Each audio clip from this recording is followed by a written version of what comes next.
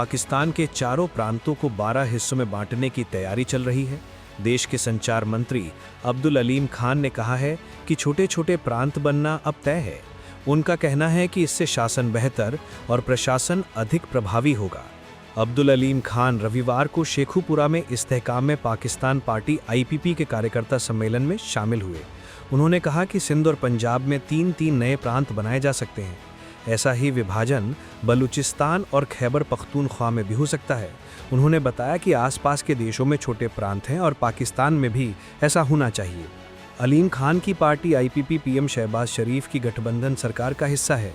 पाकिस्तान सरकार की तरफ से अभी आधिकारिक नक्शा जारी नहीं किया गया है।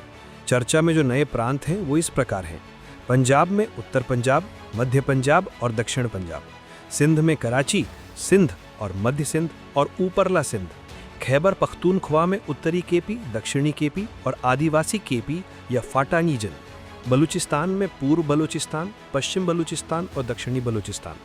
शहबाज सरकार में शामिल पाकिस्तान पीपल्स पार्टी PPP ने साफ कहा है कि सिंध को बांटने का किसी भी कीमत पर विरोध किया जाएगा।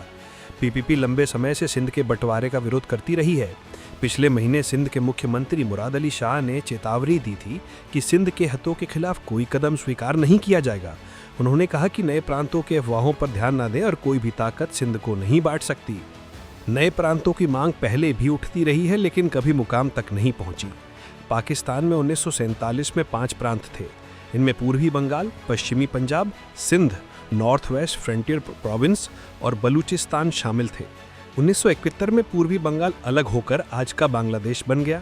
बाद में NWFP का नाम बदलकर खैबर पख्तूनख्वा रखा गया।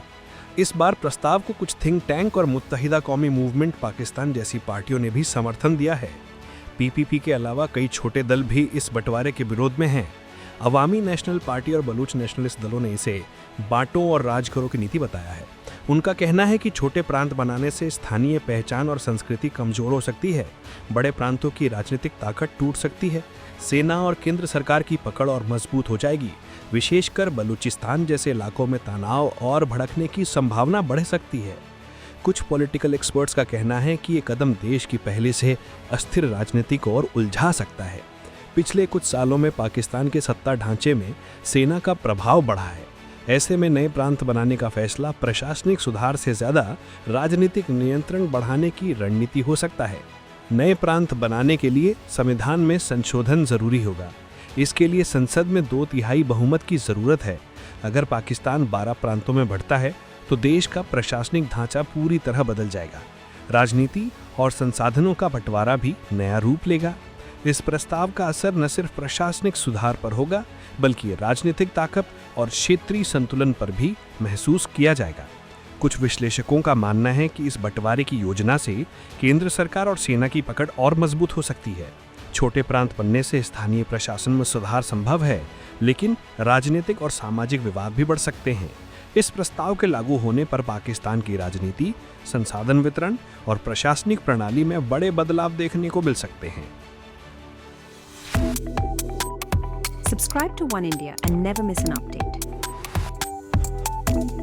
Download the One India app now.